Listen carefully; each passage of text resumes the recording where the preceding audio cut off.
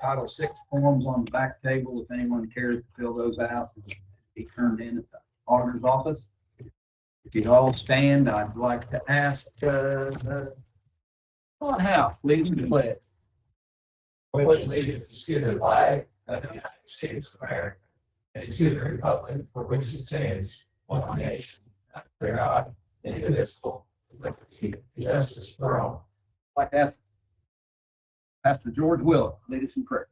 Father God, we come before you and I thank you and give you praise for the provision and the blessings that you report onto us as a community.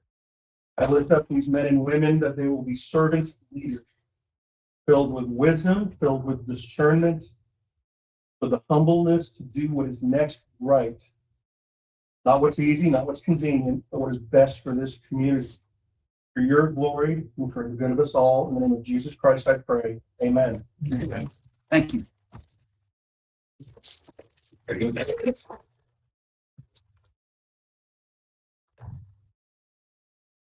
Minutes. Any questions, revisions? Minutes. I didn't see anything from the minutes. I have nothing. I move to approve. Second.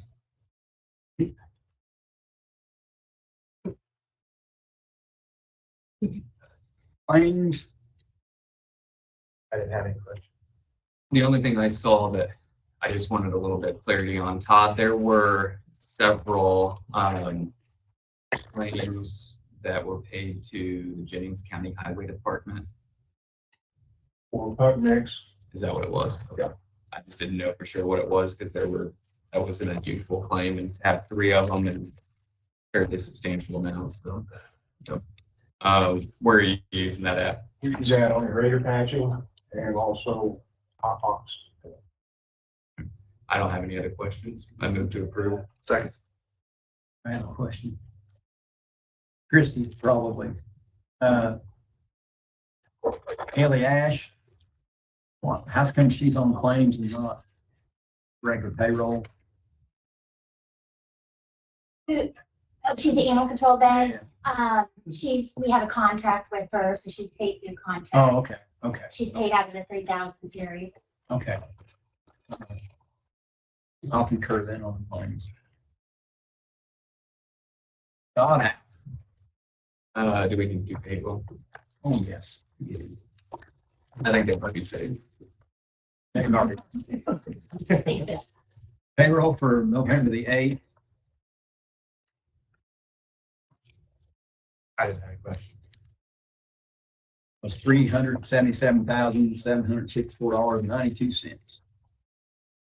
I move to approve payroll. Second.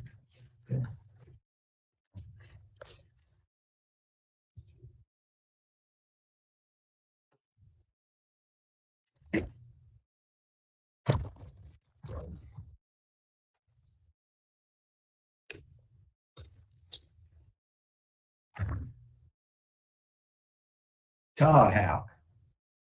Morning, gentlemen. Since we met last, we still continue to do just regular maintenance. On patching, we're in door patcher and hot box. Doing sign maintenance. Still doing bridge maintenance, epoxy injection, riprap. LTAP reached out to facilities with entry-level driver training guys that have never been to snowplows to go down to Purdue and run their simulator. They've got a simulator down there that actually simulates them actually going and doing snow removal. So all four of the new guys that we got permit or CDLs, we sent them down. After that, they reached out to us at Decatur County to let us be the test buddies at Greenfield when they put another simulator in. So there's one at Purdue and there's one at Greenfield. So I sent, I think, 6 guys down there to actually go with that simulator as the test buddies. So I thought that was a big reach out from LTAP. At LTAP, I've got my road asset management submitted and also the bridge asset management submitted. We did get awarded the community crossing grant 2024-2 that we put in for. And then the last thing I have is we got new grant paperwork that has to be submitted to the auditor's office for State Board of Accounts. So I've got 3 different documents here that I'll need to have signed by the president and Janet to attest. And then I'll be taking this to the council tomorrow to have them sign as well. There's some new paperwork that we have to follow and then turn it into the auditor's office for them to keep on file. So some of these have already been, actually Bridge 106 is really the only one that I need to do because it's the new ones. But just for practice, I went ahead and did 3 of them, 2024-2, Bridge 141, and another one for Bridge 106. Okay, we'll need to, commissioners need to approve these before I can sign, guys. Motion to approve these 3 grants. Make that motion. A second. Go ahead, Todd.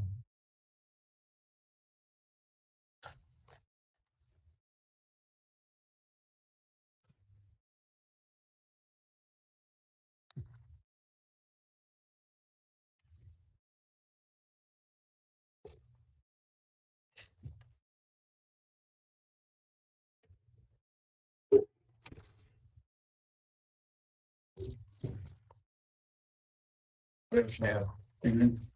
no, you don't have anything for me. I do not. Not this time.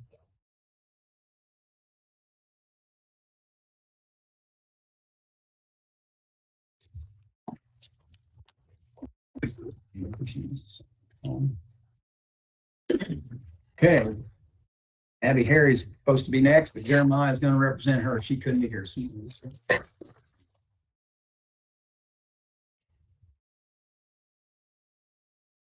Thank you for having me. I'm also presenting a grant application. We would like to apply for a grant through the Community Action Coalition. Amount would be $15,000. That would start in January through the year 25. The reason we would apply for the grant, we would use the funds to help alleviate some of the cost of our urine drug screens. We started a new process with drug screening clients on probation and house arrest, which could increase the number of drug screens that we do, which ultimately will help identify and give help. With the grant, we would also be able to buy equipment for our employees, such as bulletproof vests for protection, portable breathalyzers, just kind of things that we didn't have planned that were in our budget already. The grant would also allow us to buy other necessities in our office, things for participants through our programs. Their needs like clothing or maybe driver's license fees will allow us to do that, again, without breaking into what's already budgeted for our expenses. We've been awarded grants through the Community Action Coalition before. We've worked with them before. So we're familiar with how it goes. So we would just ask your approval to apply for the grant. Is there any match required for that, Jeremiah? Nope.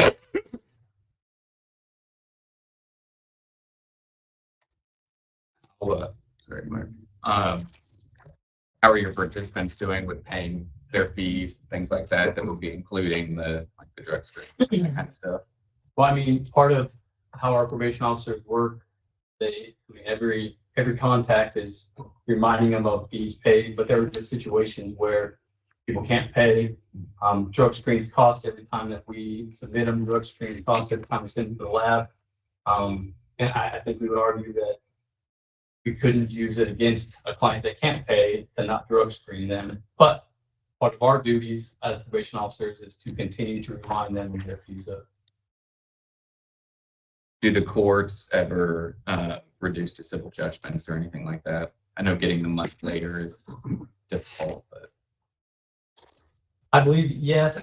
And I think it's a situation where really what is best for the participant. And I think that applies to us as well on how we charge or what we make a big deal out of.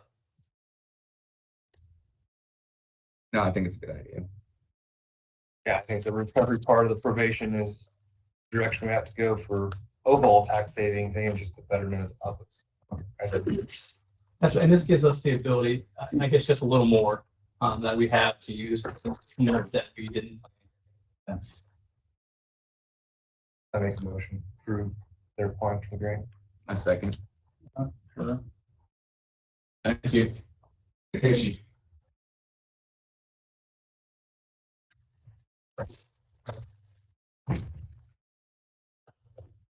Next up, Park and Rec parking lot bids. If you recall, back in April, Decatur County needs to a meeting to make a proposal that parking lot could be listed into their grant that they were writing for the extension of the connection trail of Decatur Park to the library. He explained then that the bid would be an alternate and that it would be up to the county to decide if they wanted to do the project, as the funding would have to come from the county and would not be included in their grant. At that time, the commissioners and the council both approved that he continue to put that in their bid process. And with the understanding that we would come back in November to discuss commitment of financial backing for that project. The preliminary approval was just to have it included. So I emailed all of you the information that Zach provided to me with the actual bidding, and he's here today to answer any questions and explain it to you. Good morning, commissioners. Should have gotten a few pages along with the bid tabs, then all the overall bids that were turned in. The parking lot design is a little bit different from what we had originally proposed back in April, based on the engineer's original estimate of being more than we discussed. So we kind of scaled it back a little bit. There is 37 parking spots total. 35 of those are regular parking spots, 2 handicap parking spots. And you can see the bid that would come with the total, or the lowest total amount, $195,000 for the parking lot portion. Overall, it came in significantly lower than what the engineer's estimate was. So on both sides. So right now, this is tabled at our Board of Works meetings to be decided on in December. So I'd like to have an answer for you today on go forward or not. I will be coming back at the December meeting on the 2nd with a official answer from you. And at that point, we'll take our Board of Works for final approval of bids. What was the original parking number? 77 was the original 77 park spot for about 300,000. How much parking do we have out there now? Well, we don't have any spaces marked off, so it's kind of hard to tell based on how they just pull in and park. But I would say at most, there's probably 12 to 15 actual spaces where they can pull into the gravel area. That doesn't include them pulling into the grass. We maintain those or we lose? It would, this actually goes over in that area that's already there as a gravel parking lot. So we go from 12 to 15 to 35. 200K. That works good for the playground type stuff. What are we doing for like the concert series and the overflow parking from all that? So the way they have it designed right now, there's curb around the whole thing, and then on the back side, there's a chunk of curb left out for one either future expansion if we wanted to expand the whole parking lot. Essentially, it could relatively double in size, or you could use that curb cut out to allow people to aspect during concert special events. So is the city, I'm sorry, is the city requiring us to have curbs and all this landscaping and? All curb landscaping. I think it's Why was there way such too much money. why was there such a drop in the number of park? I mean, we're gonna add parking, parking. I don't want to add a little parking. We're only adding 215 spots for $200,000.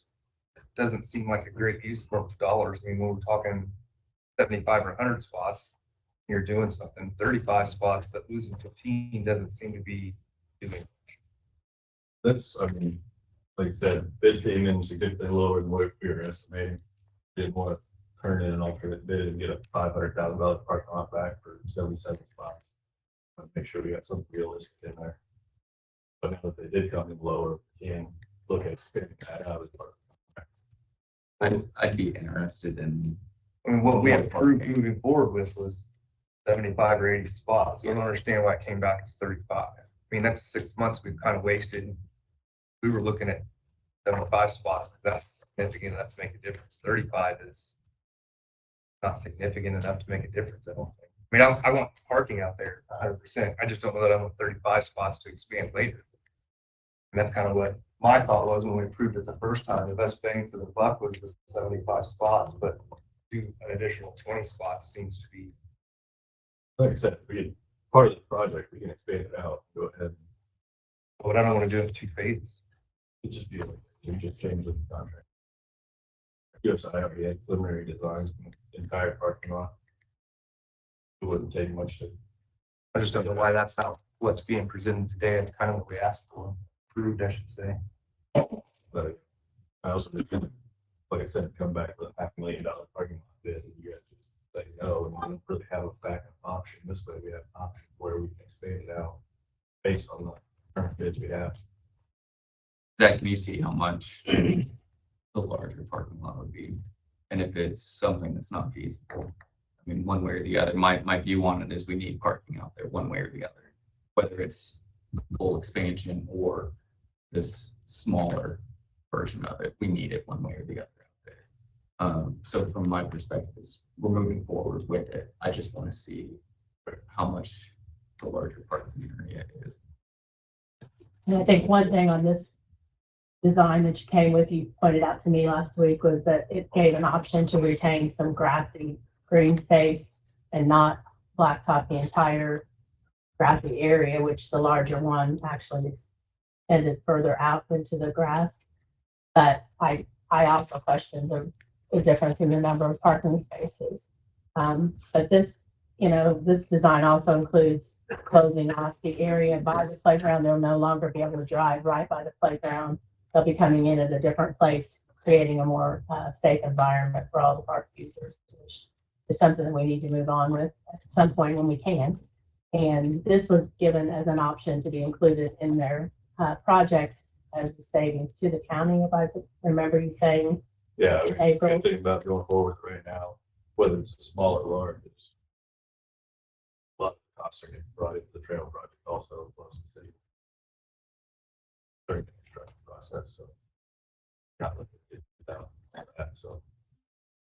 And Yeah. Zach is also going to come to the council tomorrow with the same information. They got the same information that you did for us to start with.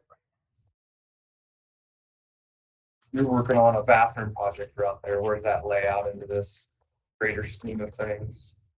They are aware of the bathroom expansion and have been since the planning went on, so I don't think it will impact this design. Everything is open. They planned it accordingly to accommodate for that. We're keeping the bathroom in the same location, and it's not, I know it seems Right. like it's gonna be a potential demo and rebuild. I think that's the way we're headed now, yes, and, but yes, the same location, what the plan is. And hoping to move forward with something on that soon. So on your bids, they're under for the alternate one, it was O'Meara that was the lowest. But it was the lowest of the alternate. It changes our direction forward if you all choose not to participate in parking lot because it perfectly base bid.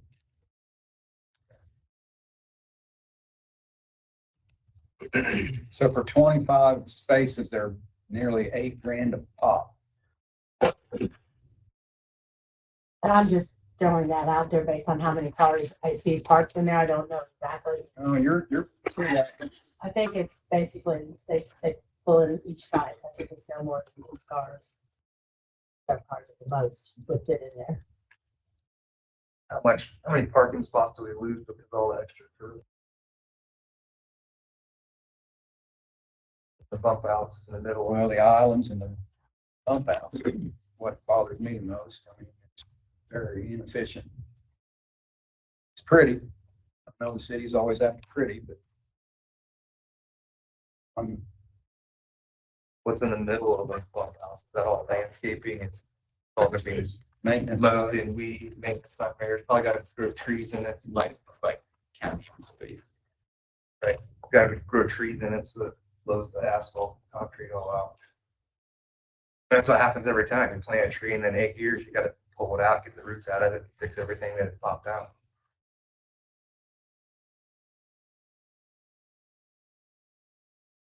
Oh yeah, there's the trees in that drawing. They're there. It's just, it's not a long, I mean, that's just not good long-term planning to plant trees underneath. That's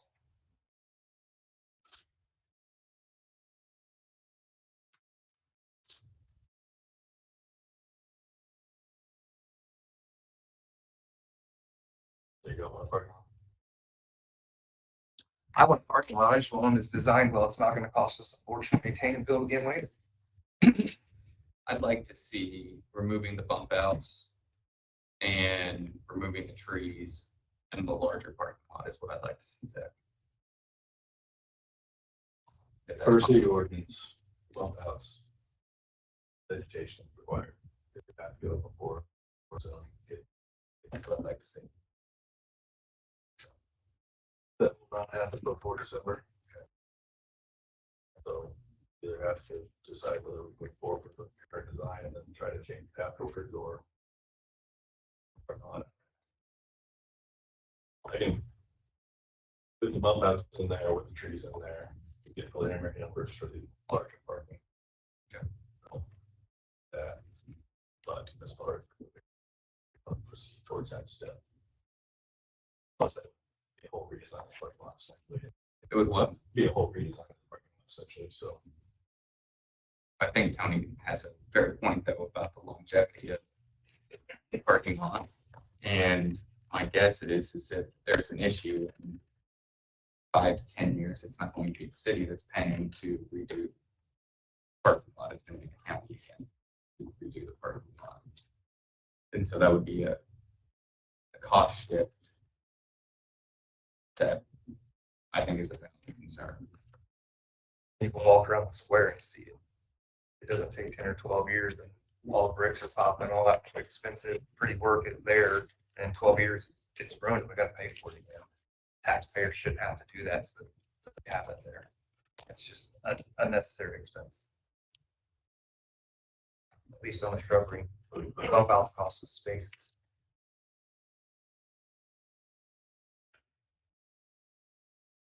I will work on preliminary numbers for larger parking spot. Be back in December. We also have a generic memorandum of understanding together. Okay, so that will also cover. Okay. I will be in touch. Any questions, feel free. Thank you, Zach. Thanks.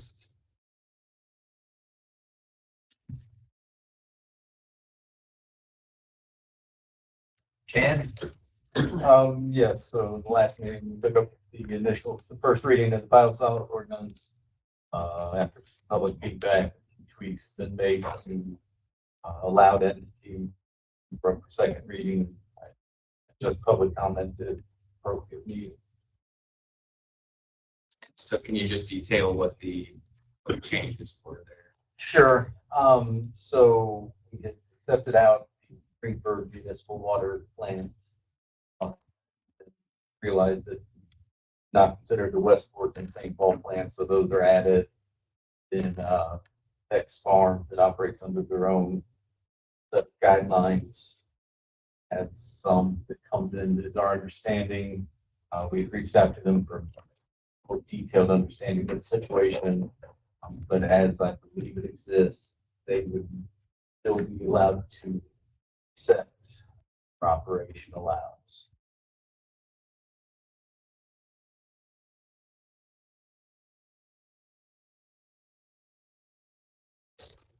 So it'll be exactly City of Greensburg, Town of Westport, and St. Paul, and Exmon. Yeah, on the municipality specifically, their utility. It's not the entire cutouts, but that's their operation. Already doing so.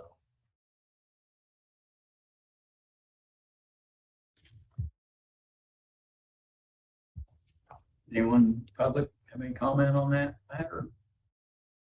Yes, sir. Should I go to the? That'd be great. Yeah.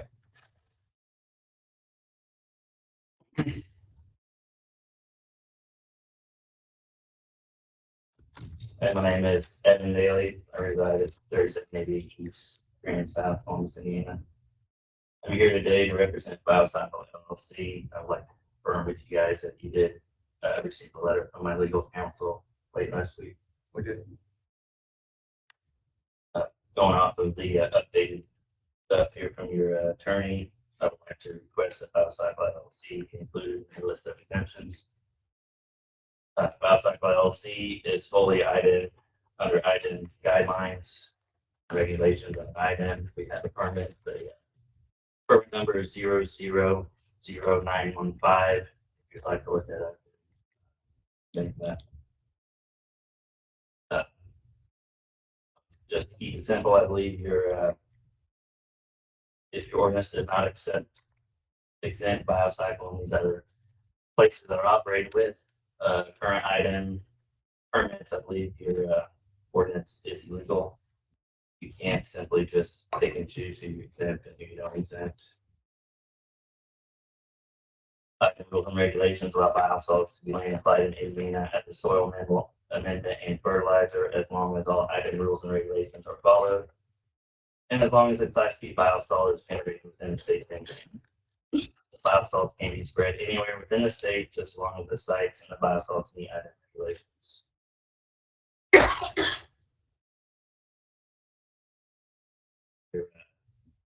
Previous agenda, I didn't attend the first meeting because I did not see it posted online, so I missed that. But under your Indiana Code 36-1-3, that grants your governing powers in Section 8 of that code.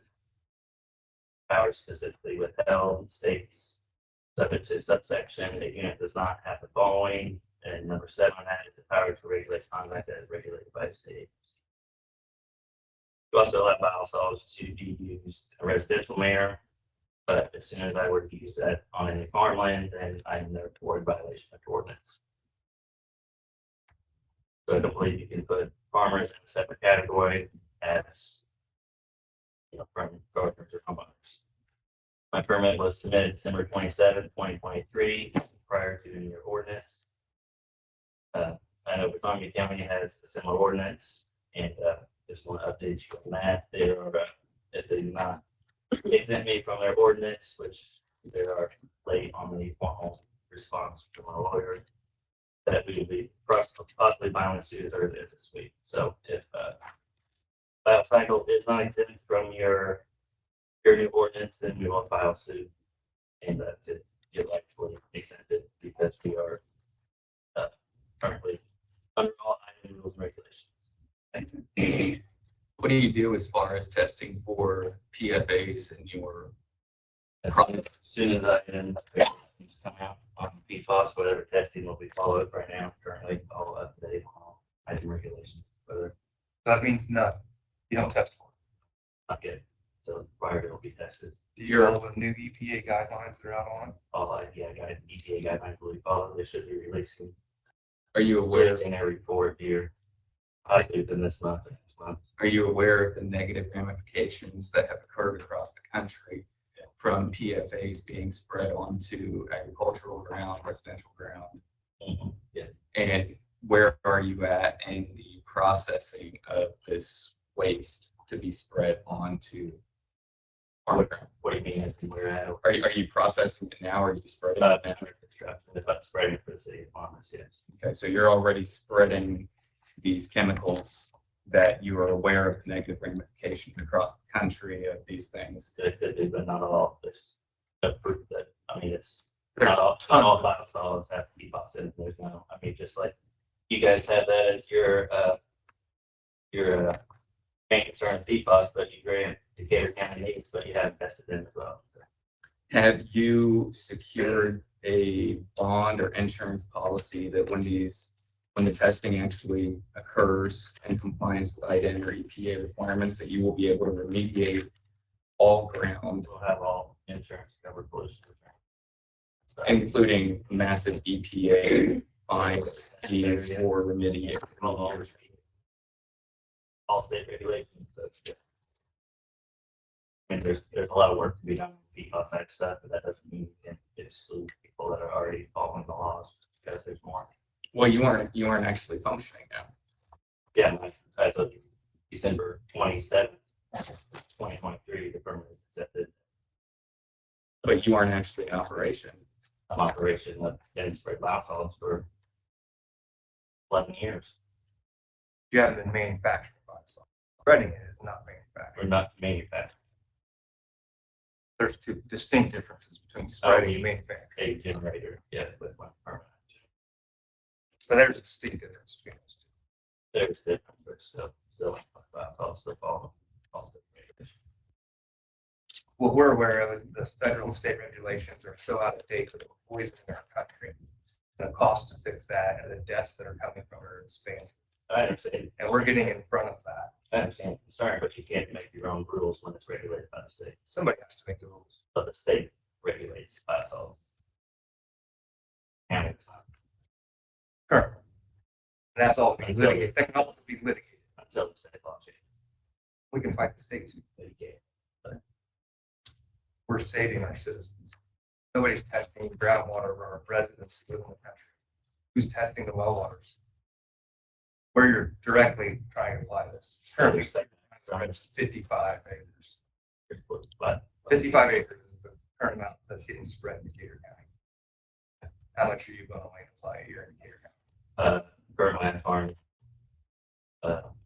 just sort of 400 acres in Decatur County, that's family and land. How much are you going to land apply the biosolids? I didn't have, How much biosolids are you going to produce through your company? depends on how much I bring in from local municipalities. Where all are you going to bring it in? Right now, city of Columbus and possibly some other local municipalities. What industries are you going to collect it from? That will be coming straight from wastewater plants. What industries do they collect it from? Wherever the wastewater plant operates at, whoever's in their district. So you don't have any idea what's going into those. Yeah, it's a be ready test. Everything has to be pre-approved tested before it comes to my facility. I have stricter regulations as a under my permit as what your city of Greenwood has for biosolids.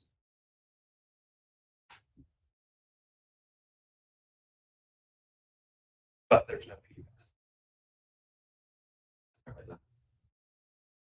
EPA released testing guidelines. It's 1033. Are you guys following those? We're looking to follow those. Yeah, we follow all EPA regulations that are required to follow on all state. Now, these are guidelines, they're not regulations. Are you guys going to do those voluntarily prior to the regulation? Wait until it's mandated. I will take recommendations by it. Like this. I think it was directly about the EPA, not.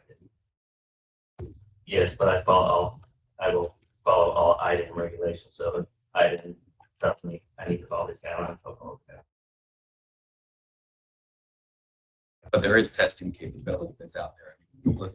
I think that I did give some of that to it's about they had several thousand people in the room. I said some of these were labs and said, does anybody here keep us testing? One person stood up. So it's a right now, if I think if I can said tomorrow that all these municipalities, you must send your biosolids out for PFAS testing.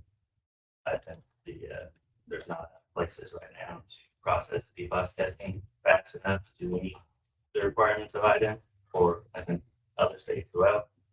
But I think that's something that they're really trying to catch up on fast. Federal government is places to do PFAS testing. Have you ever done any testing on material that you spread? All our testing is, everything that's been spread has been tested is Or PFAS? Not a single one. and everything that has been spread is coming from wastewater plant, so. Right, but I mean that, there's nothing about who's pulling in there and what they're dumping. What do you mean about what the I mean, you could RV pull it, unload their materials, same thing. You don't know where it's coming from. You don't know actually what's in it because they aren't testing for PFAS either. No, that that's PFAS, but they're following all items and regulations.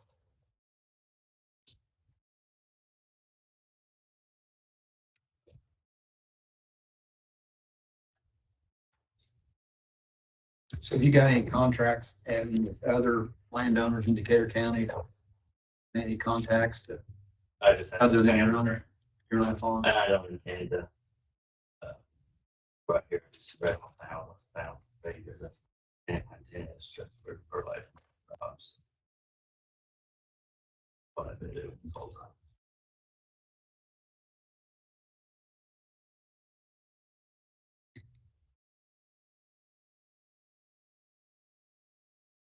Do you know if there's any aquifers that run under your 400 acres of farm? Not that I know of. I think it's pretty much, and east of the alert, so I don't, there's any big problem. People hard to get drinking water for their wells, so it's.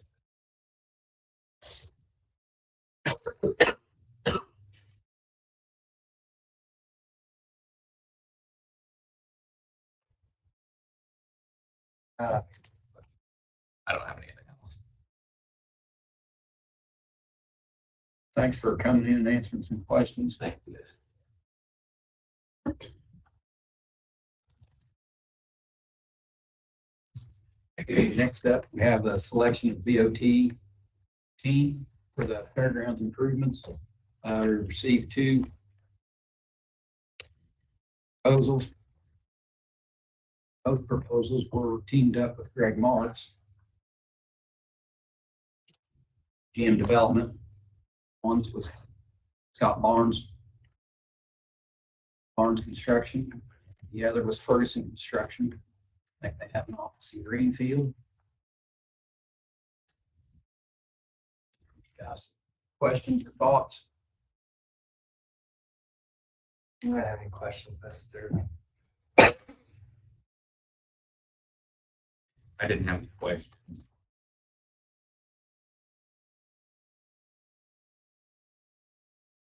I think both companies look capable of providing what we're looking for.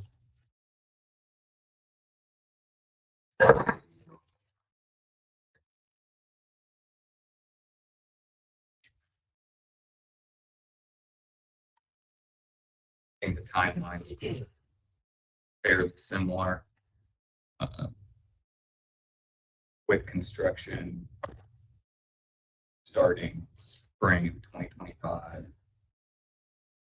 I did note that the Ferguson one did not have a projected date. And there they stated that it was difficult to determine. Barnes had completion. I know it's a wide range there, though, winter to spring, 25, 26.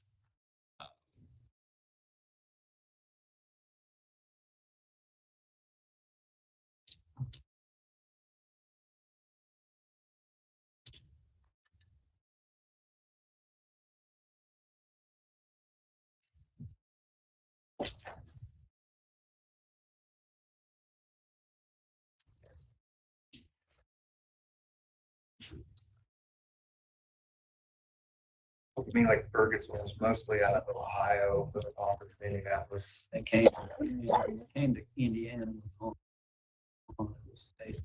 Some work on Marysville, and that's how they got And if I in recall, Indiana. Barnes said 100% of their business was in Indiana. And they're local, still county. My, Office here, 10 miles. yeah, there it is. 100% of their projects, meaning Barnes, is in Indiana. 100% of their projects have been completed within budget. Average project size for them is almost 4.3 million. So this project is underneath their average project size. So they have the capacity, prior experience dealing with projects like this. I lean towards Barnes with the presentation that they have given here. as My well. opinion, all things being equal, if we can stay as local as possible, that's where we should go. So that's where I would go to. I would like to make you aware that Ferguson Construction is a GDC chamber member. They have about 23 to 25 employees from Decatur County reside here, and their local office is based out of the Greenfield location. So they do have a good local presence. That's good information.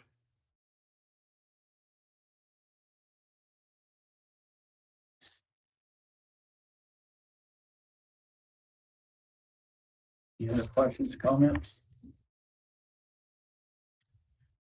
That's for motion.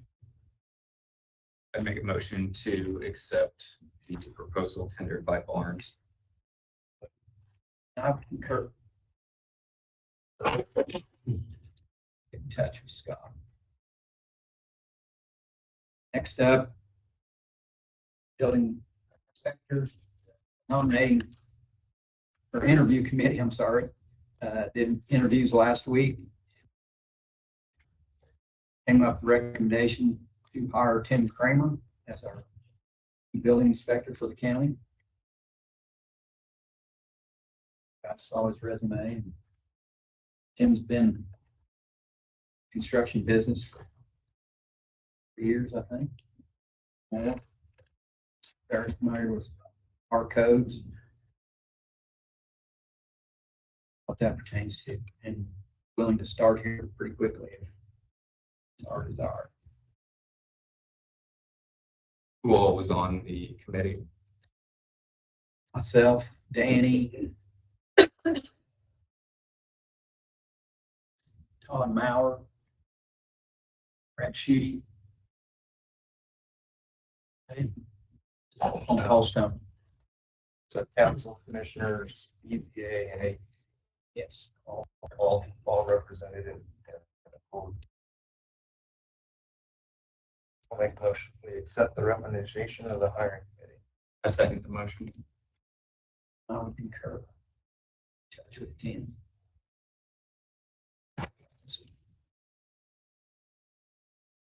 And did he give an indication about his start date? That could be Wednesday. I take it to the council tomorrow. Ball diamonds. So I've, asked everybody here, they change orders in it on the initial bid, a difference of like $1,447 just for cosmetic change to diamond one, so it's striped. I guess that's the work that they'll change the color. After that, bigger things stay with the budget, but I think we'll change. So work gets started. So out there, hopefully start digging this week. The change order was a request we made. Yeah, okay, request. And the reason I made the request, to be honest with you, is our competition, obviously they checked their theirs. We were also talking with the rep and we thought maybe a contrast would be look good on the one that we did. That's only diamond within the four that will have a grass look on the end. So it'll make this a little unique compared to what they have. I wasn't expecting that, to be honest. I, as a contractor and a project manager, this came back before ground was broken. $750,000 project, and I would expect to negotiate that change order at no charge. As Todd will contest, that when we did the highway department, rarely ever got a plus dollar figure for any change orders. Everything was reduction. It just gives me a bad taste in my mouth to have a project not even started yet, and we get a change order for an additional $1,500. Anybody going to spend that kind of money with a firm needs to say, hey, why don't you throw this in? I agree. We're poor, we're broke. I'm just tight. Yeah, I agree with that. I was kind of shocked to get myself. But my confusion was just who did the change order, whether it was initiated by us or initiated by them. Initiated by them throws great concern. Initiated by us, a little concern, but not as much. I didn't expect to get that in when I requested it. So I appreciate you. Project can still move forward. Yeah, oh, yeah, for sure. This doesn't stop anything. This is just, that was kind of crazy myself to get that in. Obviously wanted to share with you guys.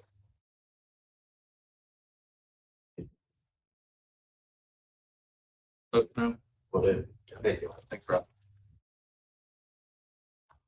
Next step's fairgrounds upgrade.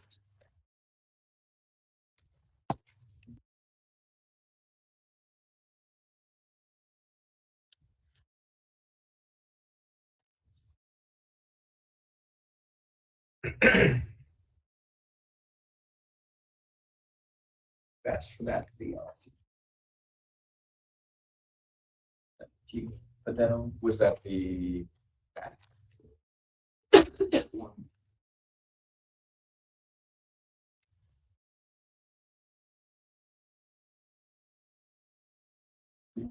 All the money Was that? is on the home bathrooms. So it's probably the DOT conversation. I guess they're one of the same.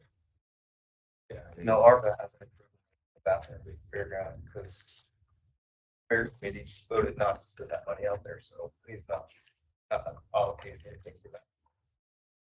Still might we need to have a good scope detail. That again, really an understanding of what we're doing with the new building, the optimists of those buildings. We put money into the other bathrooms.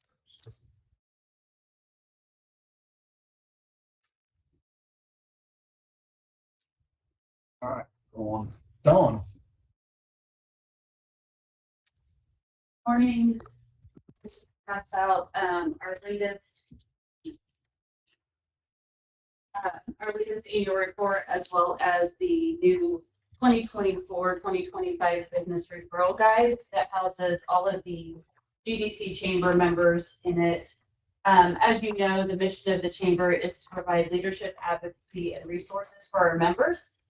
So I am here today just to give you an annual update, since we are a countywide organization. The Greensburg-Decatur County Chamber of Commerce continues to be elevated, maintaining a level of essentialness in our communities. We are pleased to be a collaborative partner with the entire Stellar team.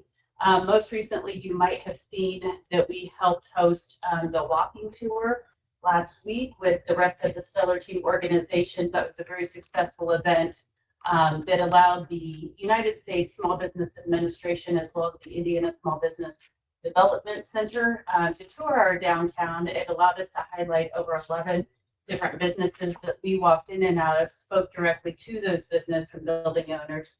And I believe that we highlighted about 5 renovation projects here in our downtown district, which was super exciting. Speaking of the ISBDC, as you may know, Jenny Fowler uses our conference room to offer free business counseling and advice for startups. In a few cases, even staying on board with those businesses throughout the entirety of the duration of that business. Again, just providing support and business advice as far as business plans, financial planning, and that has shown to be a very valuable partnership, and Jenny has really great numbers on proven success here in Decatur County. As an organization that serves the business community of Decatur County, I want to provide a quick snapshot of 2024. So all of these numbers that you will hear today are through October 31st. We now serve a membership base of 367. I looked back at our annual dinner report last year, which is coming up this Friday for 2024, and I want to say that we were right at 345. So we are currently at our largest membership to date. We have brought on 34 new members so far this year, and our retention rate is exceptional, holding steady at 95%. We run a weekly newsletter. It's sent to 850 emails. The national average for chambers for the open rate on an e-newsletter is 15 to 17%. We just hit an all-time high last week of 44.9% open rate, so we're super proud of that. Our website continues to be highly trafficked. We have the only job board in Decatur County. We have listed 42 job openings this year, and that was for 23 different businesses. That page has seen over 4,400 page views. We also post events for the community along with a couple of other organizations, and our page is scraped by the Yodel Community Calendar. Our website event page has listed over 146 events this year and been viewed over 23,000 times. So those numbers are telling us that our website is getting phenomenal traction. We have over 196,000 membership directory searches, which shows a 195% growth rate in just 2 years' time alone. All of this to say our members are getting great exposure, and people are definitely using the GDC Chamber as a resource and finding information out about our business community. Our social media has seen its 20% growth rate since last year. We have provided 59 platform opportunities to our members and have seen a 3% increase in attendance since 2023. We have hosted and helped promote 12 ribbon cuttings this year, supporting new business, change in ownership, change in location, and our board has just approved that we will now support ribbon cuttings for business expansions on a case-by-case basis. This chamber continues to give back to the community as well through different initiatives.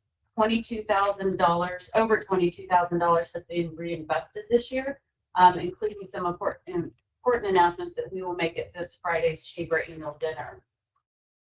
I just found out this last weekend that we were also published in the Indiana Business Journal.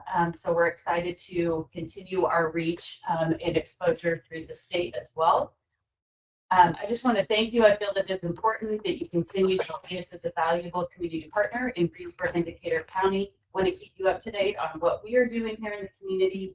As I've stated, our numbers show the commitment we have to our members, to our communities, and I thank you for holding the chamber in high regard, hearing our concerns for our businesses, celebrating through our ribbon cuttings, and including us at the table as a community partner when it makes sense. Do you have any questions for me? You're doing great. Thank you. I appreciate it. I appreciate your support. And if anybody can attend on Friday, we'd love to have you at dinner. Thank you. Thank you. Thanks, Dawn. You're welcome.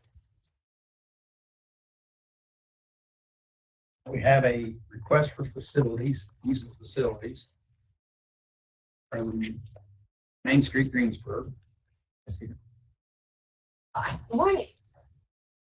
Saturday, December 7th is our annual holiday walk. We are requesting to use courthouse lawn, the north parking spaces around the courthouse, and additionally the parking lot on the south side of Links for those activities. I sent a little detailed paragraph about the specifications of the event and what will be there. Do you guys have any questions for me? Good idea. Insurance and everything, Mark? Yep. All right. I move to approve. Second. Yep. Thanks. Thank you.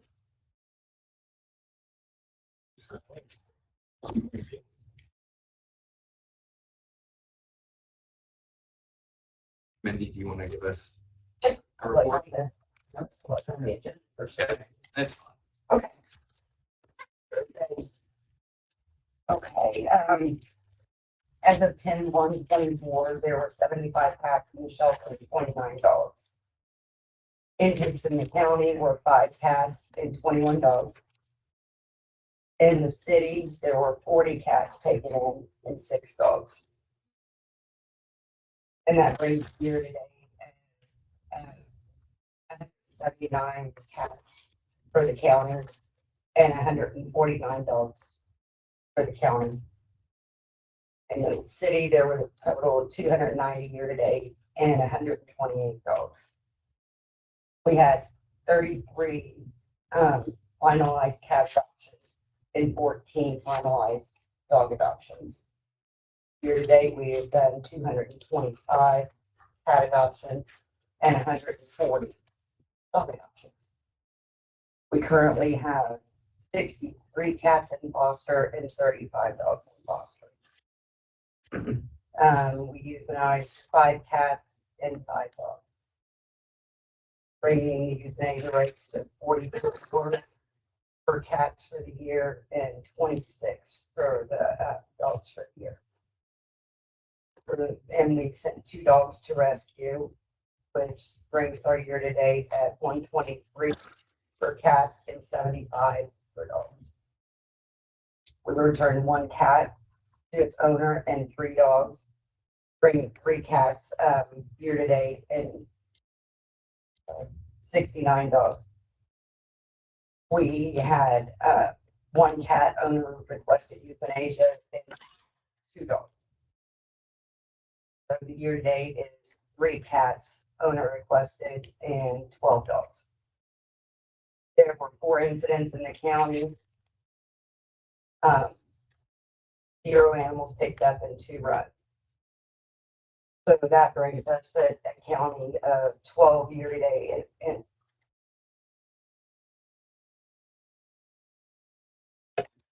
12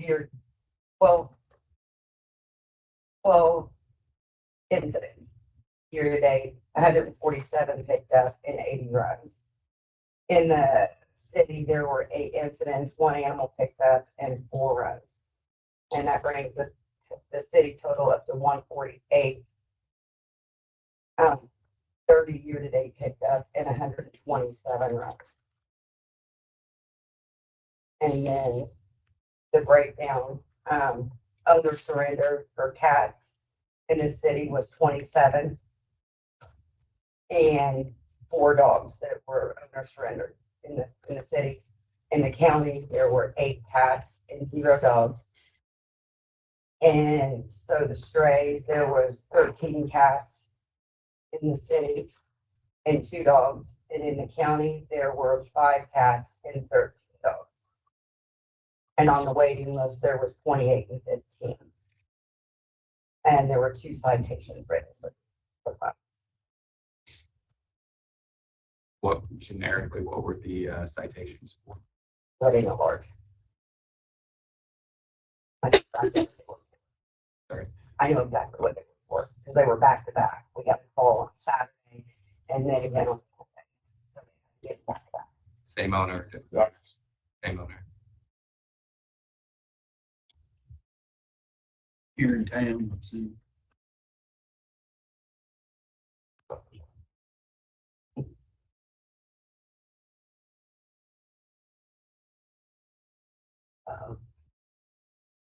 And then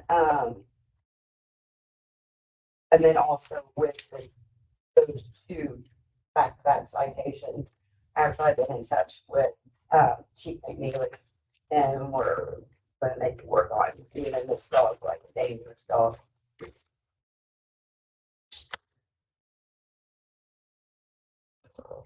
It's just all the time.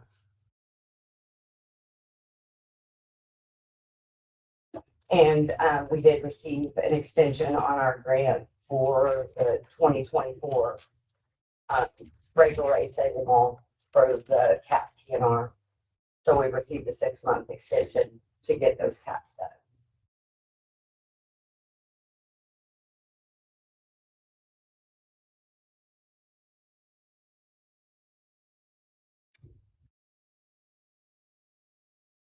Got 85 scheduled for this month.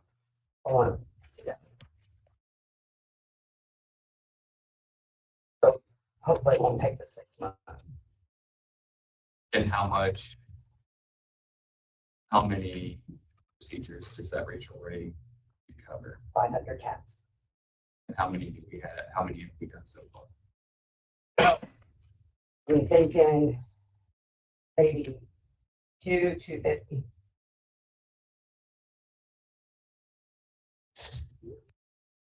We applied for the 6 months, so they only really allow you to do one extension. So if we were to apply for, Mindy said she could probably get it done in 2 months, but if we applied for a 2 month. At the end of that 2 months, then we would be in a bad situation. So we extended it as far as we could.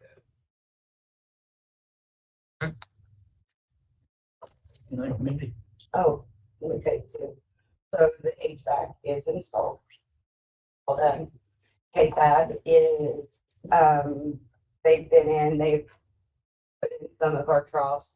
They were back in this week measuring, and I think they're getting ready to, they're doing them in sections as they get them done. So the troughs are getting done.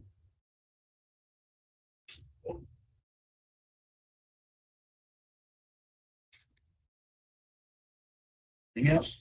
Nope. Thank you, Mindy. Thank you. I believe Mr. Alvey's in the room at the claim, representing ABC Farms, the animal shelter. If you want to stand up there, you can explain your side of the.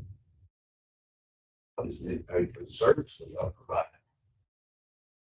Partial month of them goats and horses was there, and there's a full month that hasn't been paid. For some reason, somebody's all wanting to try to figure out what the bill was about, but yet somebody paid the bill the first month and nothing was ever said. No one was in contact with me through all this from day one, except Mindy. And if there was all these questions and all this concern and all that, why wasn't some of you guys in contact with me? Or why wasn't you out there to see what was going on with this mess, basically?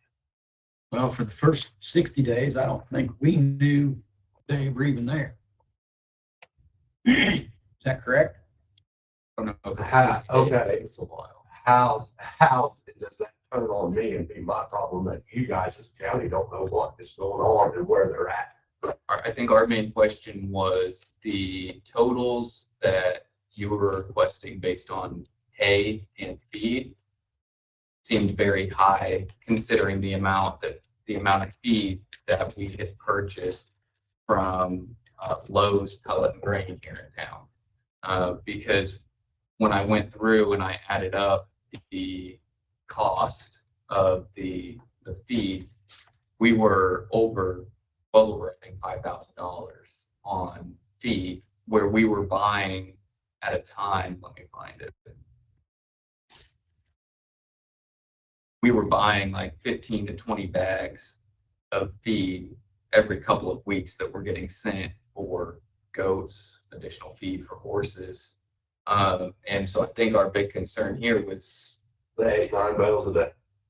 the amount. Balls.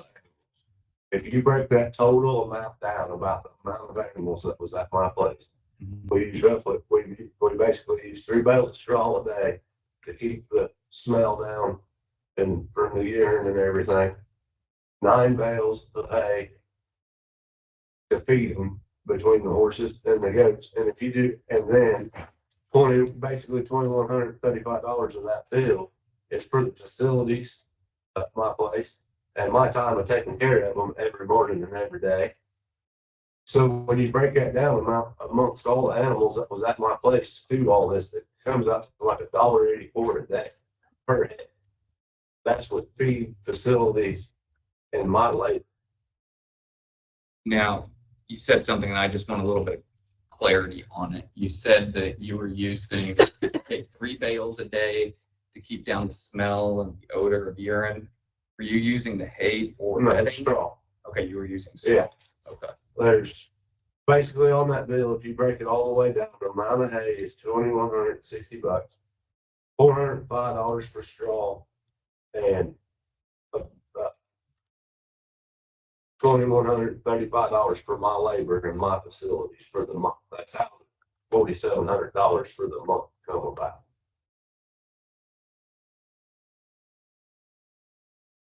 Who made the requests for the grain first? Mindy just was bringing the grain. I don't know who made that request. I think overall, that's the concern. Is the hay plus the grain.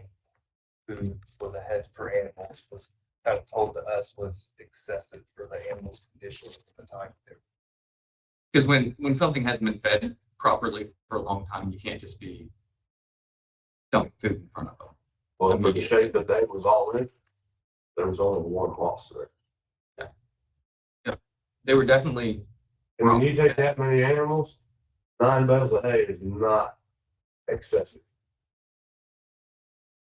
They would probably have taken a little more if I would have gave it to them, but yes, I have enough knowledge to know you can't just dump everything right in front of them.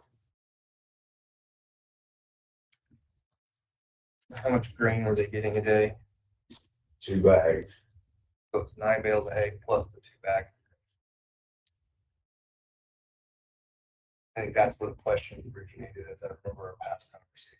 The total food allowed and two for all of them.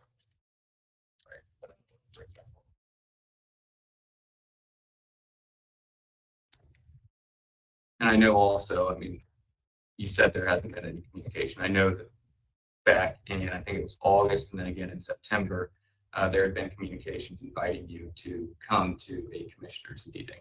And I also explained I had a crop to get in. Sure. But we was going into harvest.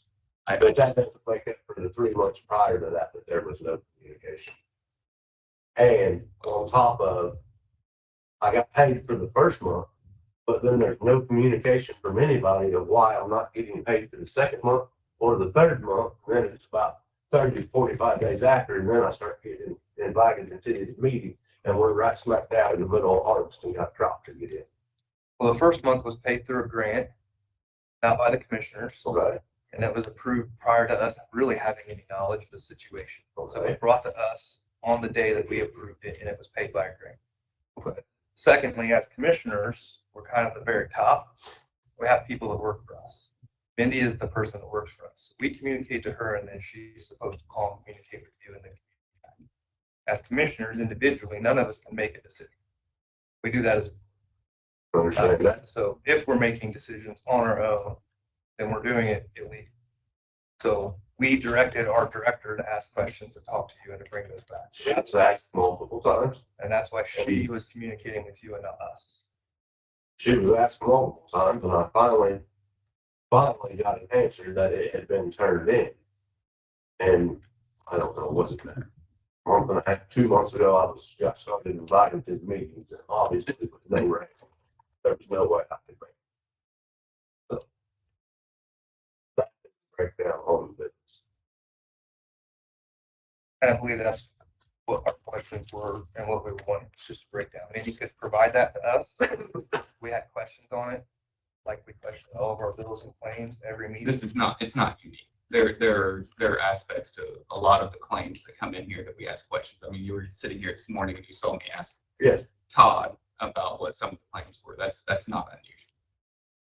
But if it needed to be the complete breakdown, it should have been addressed from Mindy to me a long time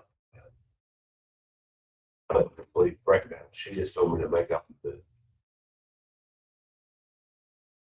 On a side note here, how many of the cattle do you still have? None? You've sold them all? Do you know how much money you made off of the sale of those cattle? Around 17,000. How many cattle? 34.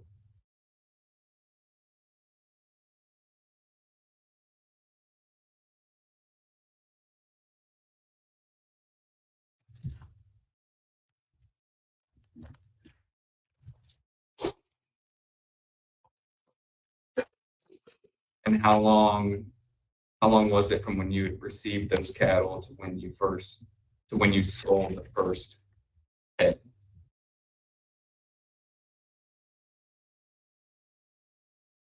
Roughly 40 days. A couple of them was so bad that it just was not turning around, so got rid of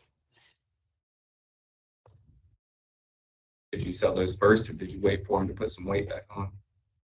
They wasn't really putting any weight back on. It was in such bad shape when they showed up.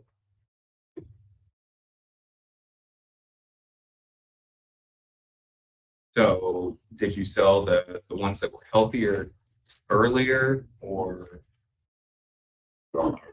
Stayed around for a while. Kept them, kept them fed like they were supposed to properly, but they're not going to grow right to start with because they're so malnourished. Mental. This herd had been running around together with all the brothers and sisters and everything, so there was massive inbreeding. So it's not like there was no real prize winners.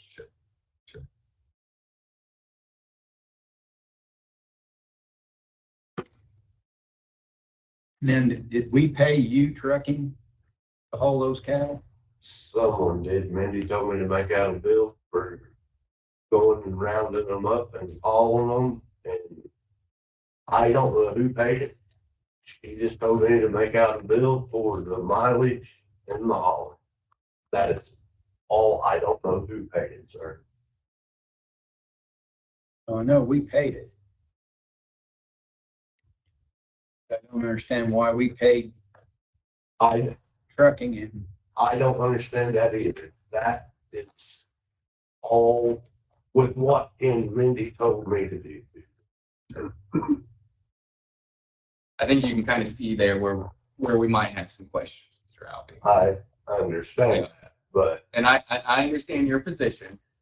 Just looking at it from our perspective, where we have a decent amount of money that we need to pay or potentially pay with everything that was going on in this time period, we had some questions. And the way claims come in, like Tony was kind of hinting at it, the way claims come in, there's a claim that's made and then it comes over and it eventually makes its way to us and then it has to be heard at a commissioner's meeting. So there's already a delay and before we can get things. So I know looking back through here, we had started communicating about these claims in like August, and then September we had talked about you coming in for the October meeting, which was an issue for you with harvest.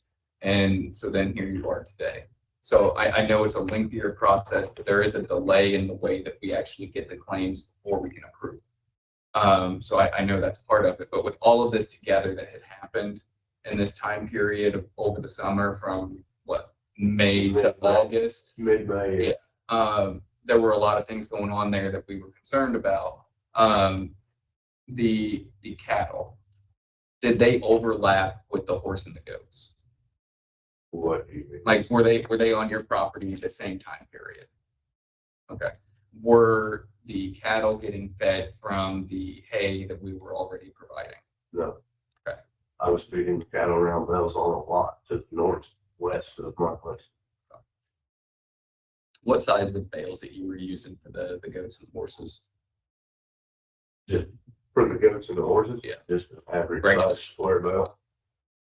Roughly 45, 48 pounds. Was that hay that you had cut and baled yourself, or so you weren't having to buy it anywhere else? No. That's part of what I knew how to bale was I ran around half hay on the turn. So.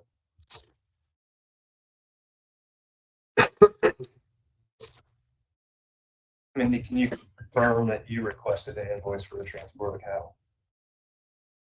And Mr. Albee never asked for any additional grain or anything across the goods. What do you mean, ask for any additional grant? Mr. Albee didn't ask for feed to be brought to him. He was providing that, and who requested or who decided to add additional grain? I would talk to Casey and she would tell me when it was getting low, and then I would place the order. 2 loads. But Mr. Albee never requested for us to bring any additional. Based on that, I make a motion to approve the thing. I second the motion. Thank you, Mr. Albee. Will that be railed or? If you're gonna be. stick around, I'll have a check cut today. Thank you. Thank you.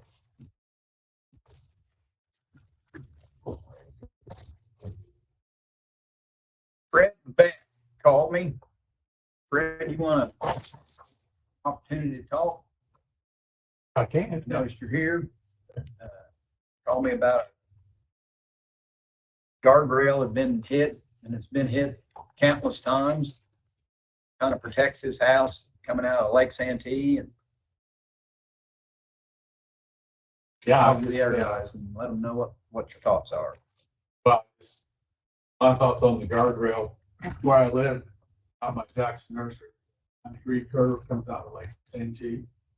There's been a guardrail there for right at 30 years.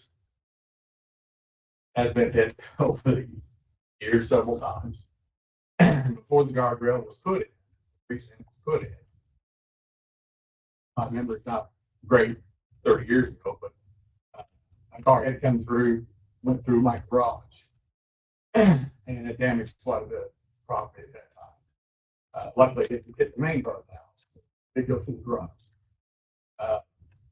That time, my advocate was the county sheriff, and they said, this is their problem over years. I bought the place in 94. He said, it's always been a problem there. He said, should have a guardrail in here. And he said, I'll put a request in. I never came to a commissioner meeting. It just county came out and said, yeah. And they put a guardrail. Approximately, it was New Year's Eve of last year. Or hit part of the guardrail, took the post out, still came up and hit my house. Didn't do any damage, a lot of damage to the house, but guardrail slowed down. So it happened again a couple weeks ago. Didn't hit the guardrail extremely hard, but did some damage. Todd has seen it. It's nothing he's, taken care of immediately, but it's going to be a process. I've had the indication that the county no longer wants to take care of it. I just feel like it, it's been there for 30 years. It's just something that needs to be done for the safety of my family and the people coming around with it.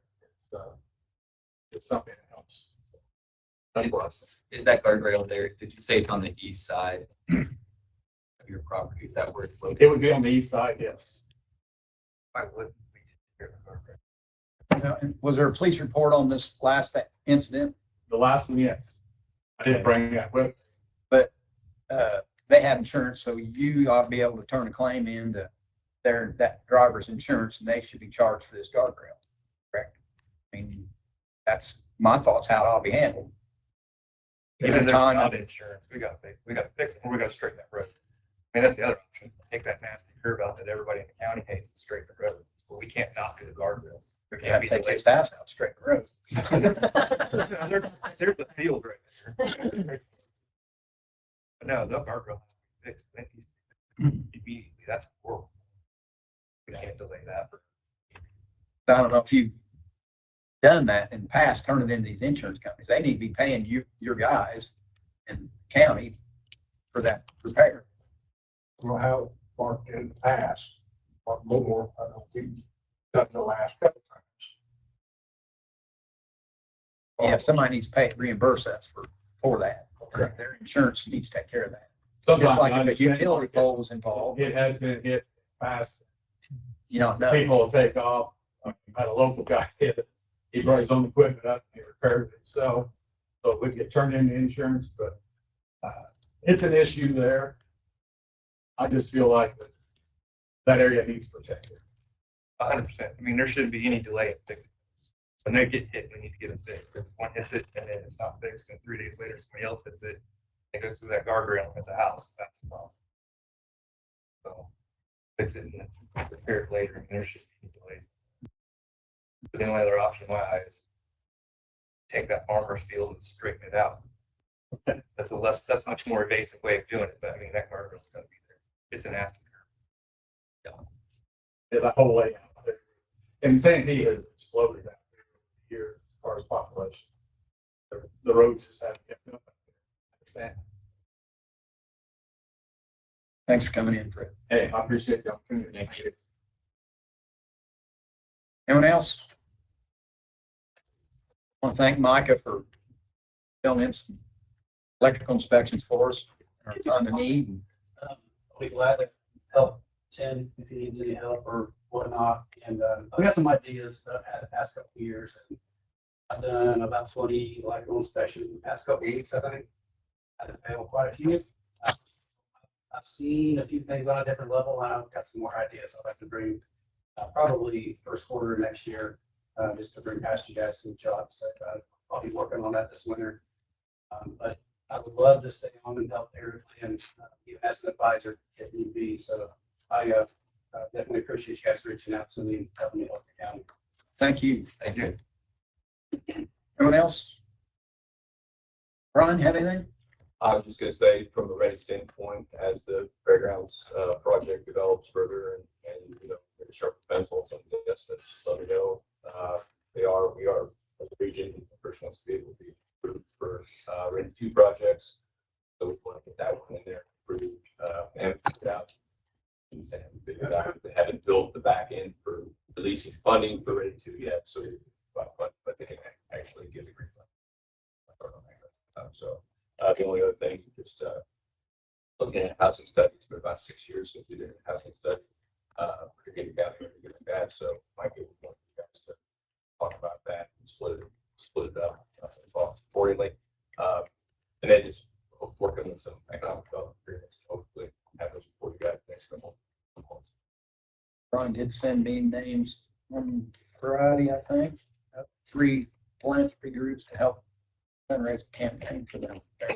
We're going to get talking with those, see which one of those is best fit for us. We never really did make a decision on the proposed ordinance. We're gonna table that for further discussion with our attorney on how to proceed. I think that's fair. Is the meter still running? Okay. There's nothing else. I'd entertain a motion to accept. So moved. Thank you all for coming.